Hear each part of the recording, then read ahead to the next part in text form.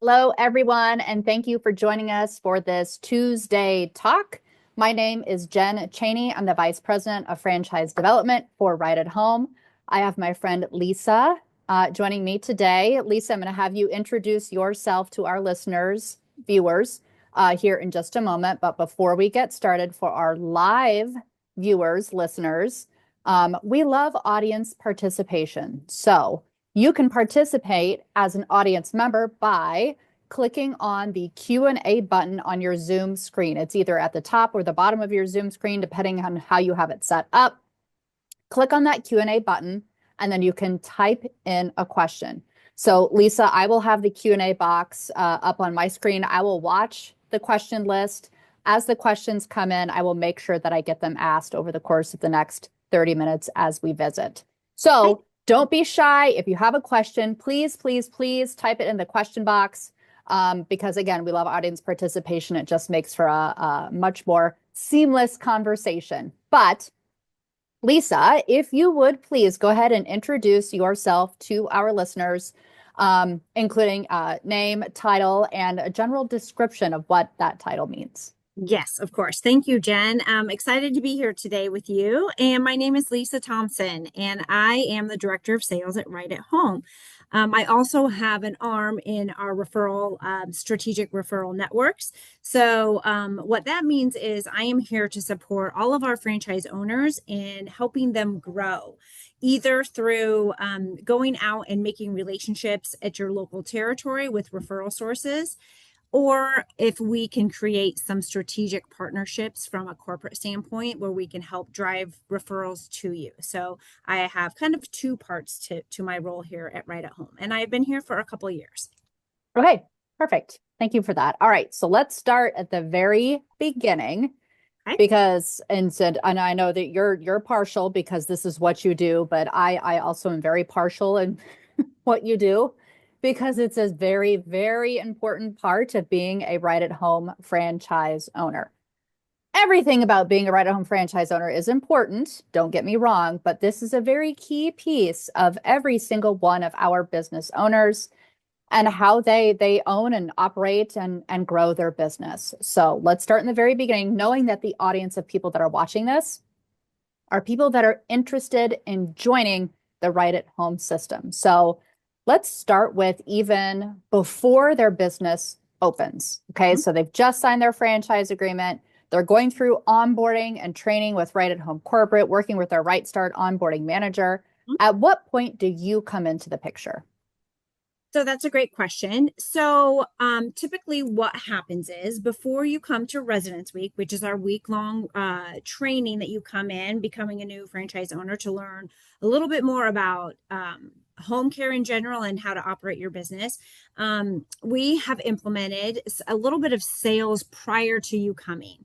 And what that includes is we have some sales series videos. It talks about some of the top referral sources. So, really, your traditional referral sources where you can go out and make relationships with to drive those referrals into your office. You physically have an active part in making your phone ring.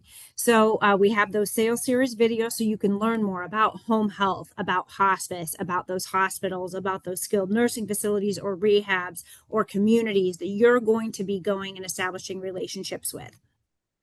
Then we want you to identify who all those are in your local territory, and we have ways to help you do that so that you have a running list when you come into Omaha to that residence week. And then, of course, we're going to have you map your territory. So, kind of understanding if I was to take 5 days a week and I have X amount of hours in my day, what places am I going to go to and how does that make sense? And how am I going to organize my week so that I'm most efficient? What we found is that when you come in prepared like that for Residence Week, when we go through some of our sales training, which I have a whole day of sales training, a lot of it makes more sense and it feels more tactical when you go back out into your territory after that week of being in Omaha. Okay, perfect. Okay. And I have a clarifying question. Can you explain, because we use the term inside sales, outside sales quite often. Can you Yes. explain the difference between the two? Yes. So inside sales is when you're in your office and you're answering your phone and you are taking calls from leads or potentially from referral sources, and you are answering questions and you're actually trying to get a care consultation with that particular client or lead source or family, whoever might be calling in. So the phone is going to ring, you're going to pick up that phone and you're going to go through a list of questions. And the goal is to go from the phone into the home, because we know that we can convert clients in, or convert leads or potential clients into actual clients if we can get in the home, in the living room, sitting on the couch. It's just a Yep. much better relationship. Yep. So that would be what inside sales is. Outside sales is when you are actively out in your territory, making relationships and driving your phone to ring. And then the inside sales comes in, right? So we can make the Hmm. phone ring, but then we also have to get that care consultation so that we can convert those leads into clients. So they both really work hand in hand. Okay. And the Residence Week training, sales training, if you will, that you described, does that Mhm. cover both inside sales and outside sales tips, tricks, training? Yes, yes. Got So, it. and there's a lot of we've kind of added some more interactive some fun things during residence week. So we do some role playing, which I know that gives a lot of people some little bit of anxiety, but honestly, we make it really fun, and it's much better to practice with your peers and where you feel sort of comfortable versus just going out and never practicing those words or questions that you might ask. And we role play with some objections and things to get you to kind of familiar with a lot of the verbiage that a lot of our healthcare providers use. And I really think that it's been very successful, and we're getting good feedback at people feeling more prepared when they actually go back out into their territory. Okay. Thank you. And a question came in while you were answering that question. It says, do you provide a checklist before sales training so that I am fully prepared when I come in? And I'm assuming come in for Residence Week. And Mhm. how far in advance do you send this checklist if you do provide an actual checklist? So that would be from the Right Start managers, which would be Stacy and Michelle. And so you will be working with them, and they will be providing the information and the checklist. And I think it really depends on when you sign your agreement as to when the next franchise or the residence week is, Yep.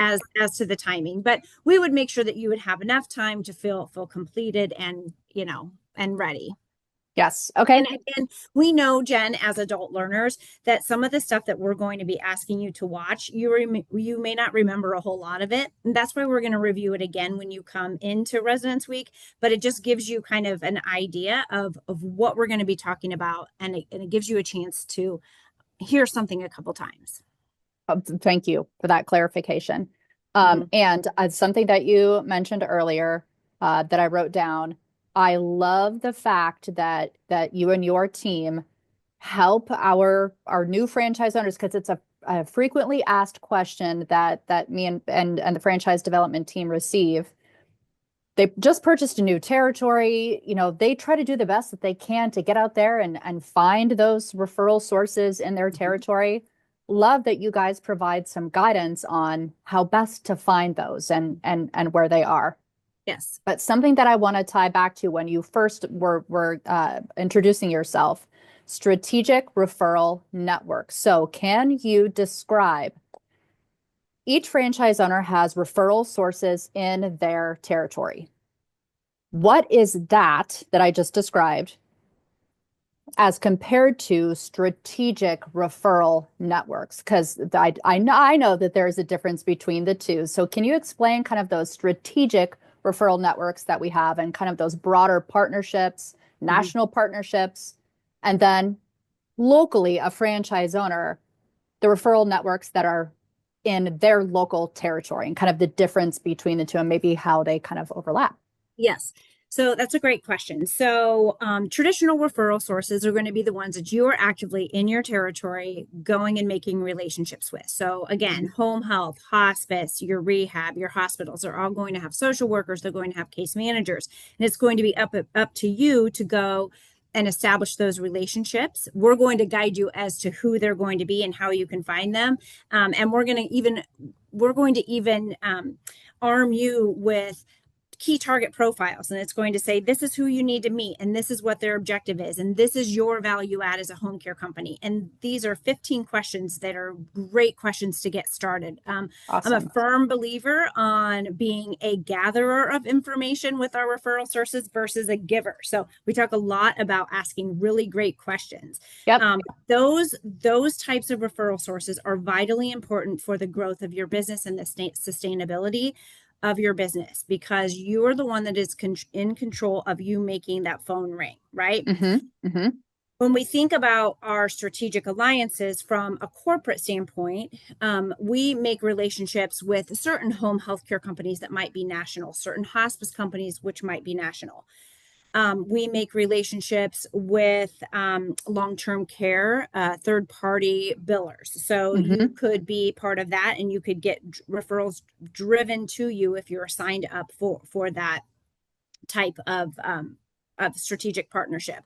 We work with a newer one that we are working with. That you might hear if you join the system is called Pocket RN, and they're a virtual nursing assessment. And so they will find certain patients that they are taking care of that need respite services, and so they will drive referrals to you without you actually establishing a relationship with them. It's coming from the relationship that we have created.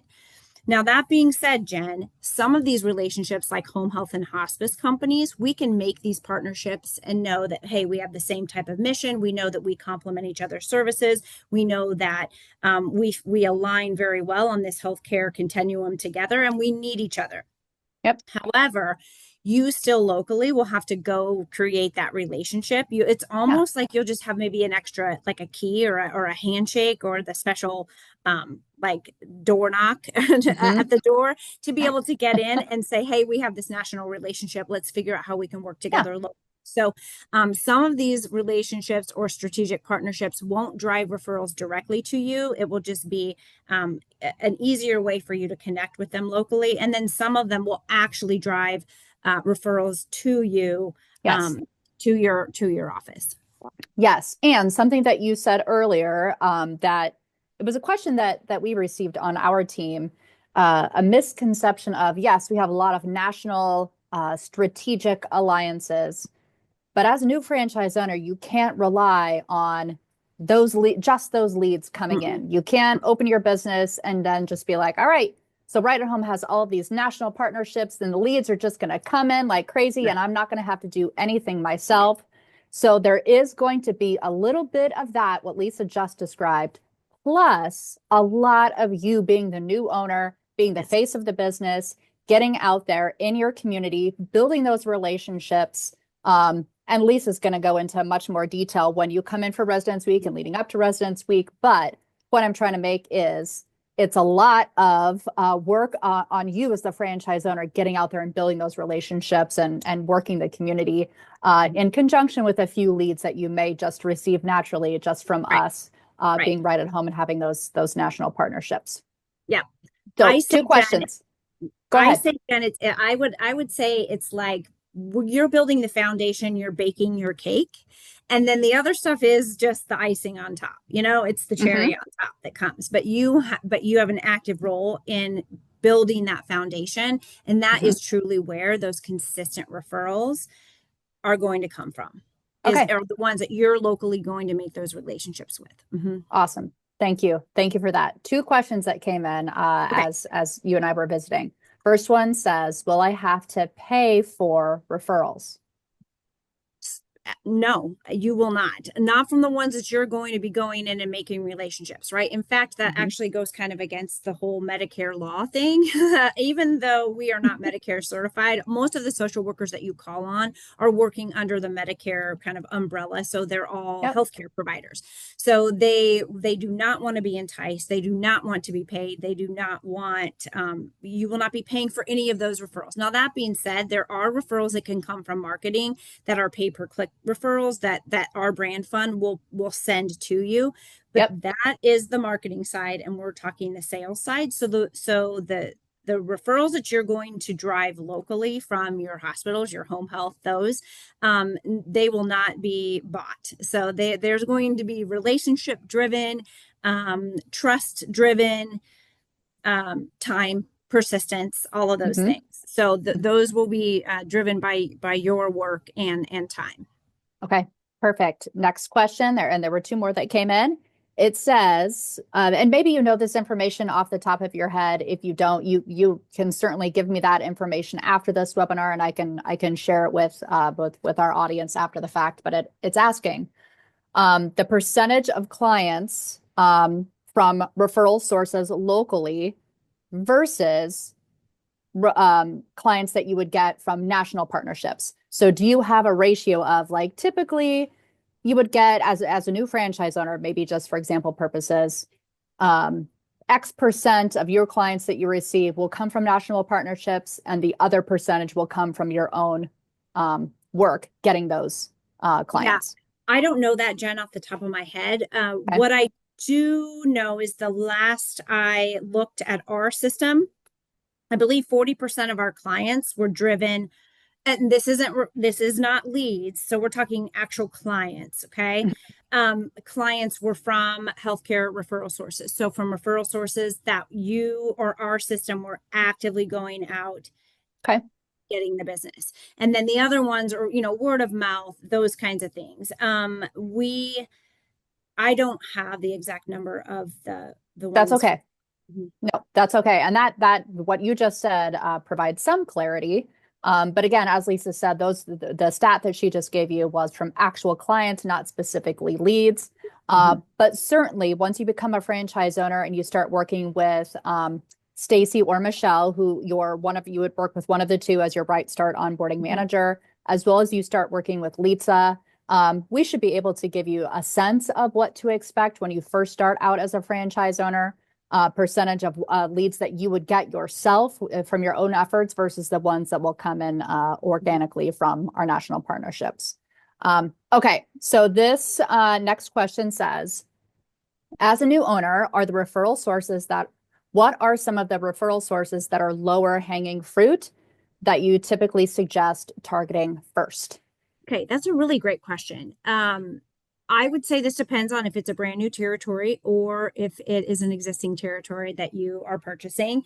I often say that if you have current clients that you are serving, oftentimes if there's home health or hospice that you are sharing care with, or you're in a community that you're providing care in, to me, that's your lowest hanging fruit because you have Hmm. a relationship with them already because you're sharing care. If you don't have a relationship with them, then that's a way for you to go in and make a relationship very quickly. One thing that is for certain is that all of our referral sources that we're going and making relationships with, like home health, like hospice, like rehab, like communities, all of them, all of their patient outcomes are attached to financial gain or loss. So when we're in the home with our home health, with our hospice, taking patients home from the hospital, taking patients home from a skilled nursing facility, whatever we do or don't do is going to impact their outcomes. And so they want relationship with us. They want us to be in communication with us. So if you purchase a right at home that has existing clients and you have those connections through those clients, Hmm. my first knock on the door day one would be to go and reintroduce myself and let them know, hey, we're sharing this patient client together. This is my name, this is my number. And would have a whole slew of other things I would say and questions that I would Hmm. ask to reestablish that relationship and kind of start working on nurturing to be able to drive more referrals. So that would be the very lowest hanging fruit that is possible if you had current clients. If you don't have current clients, I believe probably two of the best referral sources for you to get to know, I would start with home health or hospice. And that is because both of them typically serve patients in the home, just like we do. And they are calling on the exact same referral source to get referrals from, like hospitals, like skilled nursing facilities, rehabs, communities, just like we are. So they have the same base of referral sources that you do. They often have their salespeople or their nurse liaisons that are the ones that are out in the community. So you'll often hear them called nurse liaison, business liaison, community business development. Hmm. So they have these people that are a little bit easier to get in front of because they see you as a home care company as a referral source to them. So they want to meet with you just like you want to meet with them. And their Yep. goal is to get more business. And so they want to meet with you. So instead of marching into the hospital trying to find a social worker, that might be very hard to find in the belly of the beast of a huge hospital system. You can find that liaison that is kind of bebopping around in the community that Yep. tends to be very nice. And you can meet them first, practice your sales tactics on them, right? And your Uh-huh. conversation.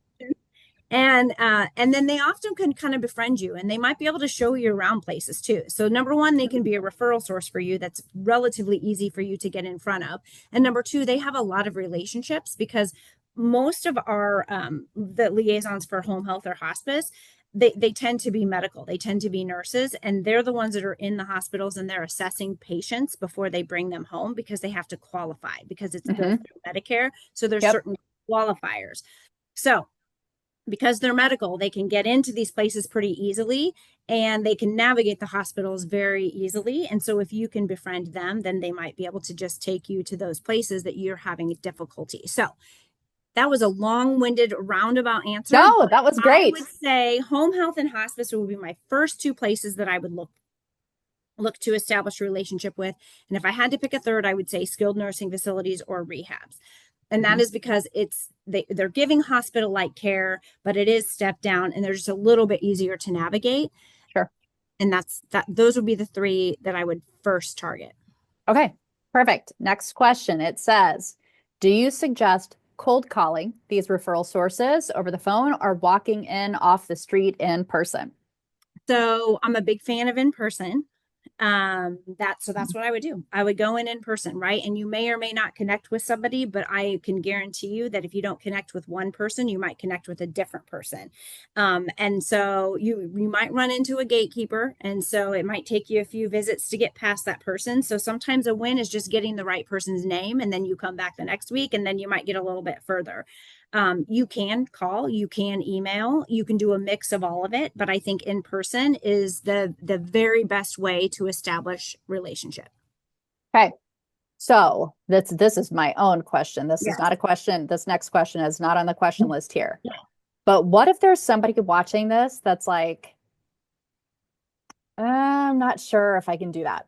I don't know if I feel comfortable being that person. And I don't have a level of comfort having those conversations. And I'm not super outgoing. Like, can I just hire someone to do that instead of me, or should it be me as the franchise owner? What are your comments on that? Yeah, so I have a couple thoughts. So there is nothing more valuable than an owner going in and working with referral sources. Hmm.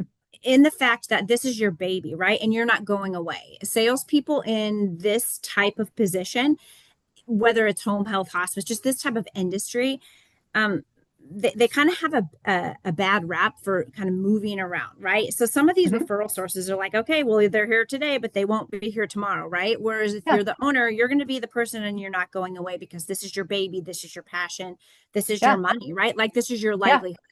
So there's something to be said about being an owner, and taking part in this, but it may not be your love, right? And I will tell Yeah. you what, like if you don't want to do sales, you're going to come up with every excuse in the world not to go do it, right? Because you're going to Hmm. be busy enough that there are going to be things that come up during the day that you're going to, it's an excuse, it's a legit one, but you're going to be able to find one to not go do Hmm. it, right? Hmm. So I would encourage you, again, I think when you go through our sales training, making it very practical, I really do believe that it doesn't feel like you're selling. It truly is being a solution for an issue. And it all goes back to, again, being like the gatherer of information, being the giver of information. So I'm not going to teach you to run in and tell them all about you and how great you are and that you give the best bath in town, right? I'm going to give you questions that you can ask to learn more about them. And when Hmm. you earn the right to ask for business or provide a solution, then it always should feel good because we are providing an amazing service for seniors to keep Hmm. them home and age with dignity. And Yeah. so I'm hoping that I would be able to equip you that you will feel comfortable enough to get out there at least initially and start making some relationships, because when you Uh-huh. do hire someone, then you'll have a general idea of how your territory works and that you'll have some key relationships with some of your referral sources as the owner that you will have from now until the day you decide to sell. Yep. That being said, sales isn't for everybody, and I think acknowledging that it's just not your fit, then that would be my first hire. So Hmm. that would be, so if Okay. I may have to have one more key player or one more person in my office, I have to have one more. I'm going to hire somebody that feels good about going out and making those relationships. So if you Yes. know undoubtedly it's not you, I'd hire for it. Okay. Okay. Got it. And here's the next question. It says, how does competition play into finding clients and getting work? Yeah. So I think competition is actually a good thing. Here's the deal. I think that when we have competition, it keeps us doing our best work. Mhm. It also brings awareness. So if other people are out there talking about home care, then when you are talking about home care, it doesn't sound foreign to them. It's like, well, what is home care, right? So the awareness is there, the need is there. I think the shift happened a little bit with COVID that, we were a nice to have, and then COVID happened and we shifted right into this healthcare continuum that we as home care have been begging to be a part of. And Yeah. we got shoved right in, right? And so now the toothpaste is out and you can't push it back in. So here we are. Yep. So we're right here and we are relevant. And you're going to have competition there. I cannot tell you that there's not going to be competition. And a lot of them are going to be going for those exact referral sources that I am talking about because they know that's who is driving the most referrals, right? The Yeah. ones that are seeing patients on a daily basis to drive consistent referrals to you. But what I will tell you is, again, there's enough turnaround of people that sometimes when they're referring to somebody, that somebody leaves, and so there opens time for you to be able to get in. Yep. So you may not be their number one, you may be their number four, and you keep Mhm. persistent, and you keep active, and you keep trustworthy, your Yep. response, you're all those things. And then you're going to move to number two and you're going to do a huge solid one day. And then all of a sudden you're number three or number one, so it's, Yeah. Yep. I have all the confidence in the world that even with competition, because we have it all across the country and we Yeah. have new franchise owners starting all new businesses all the time, and they are Yep. growing and they're doing it by their feet, right? By their Yes. feet Hmm. out in their territories. Yes. Okay. Mhm. Thank you for that. And we just have a few minutes left. Is there anything that we didn't talk about today that you want to comment on before we part ways here? Given everything that we've talked about, which this has been awesome, is there anything that we haven't that you feel is missing that you want our listeners to know? I would just say that you'd have a lot of support behind you. So again, if sales isn't your, a gift of yours, just know that we have a lot of tools and we have a lot of resources behind that to help you be authentic to who you are, but still go out and be successful. So we're having this conversation today, but when you come into Residence Week, we'll get to spend, that week together, and then we have ongoing support. So, you know, I want to impress upon you how important it is, but I also want you to know that you're not out on an island on your own because we're here to Yep. support. And my biggest, I believe one of my biggest assets in this role is that I've done this job. For many years, I'm actually a nurse by trade. And so I've been on the other side too. And Uh-huh. it really is understanding what they need and how you can fit. And so it's just being really inquisitive and curious and asking great questions. And I believe everybody can do that. So, Yes. yeah. Awesome. Thank you. And there was a question that came in as you were giving those closing thoughts. This really I could read this as a potential job offering to you, Oh, Lisa, but it says, do you ever go on sales visits with owners? so the answer is yes. And I do have a counterpart that he will go out some too. I don't Mhm. get out very often because then that would takes me away from being able to support everyone. But Yep. I'm going on a visit next month in September. And so, yes, I do. The answer is yes. Um, Okay, yes. perfect. Yes. And as Lisa mentioned, she has a counterpart that also it does the same thing that she does. And between the two of them, supporting all of our franchise owners, some of them in person with those in-person sales visits. That's part of the support that we provide here. But Lisa, this was an awesome conversation, and thank you for taking the time to do this. I appreciate you, and I know that our listeners do as well. All right. Thanks. Okay, have a great day. Take care, everyone. Bye.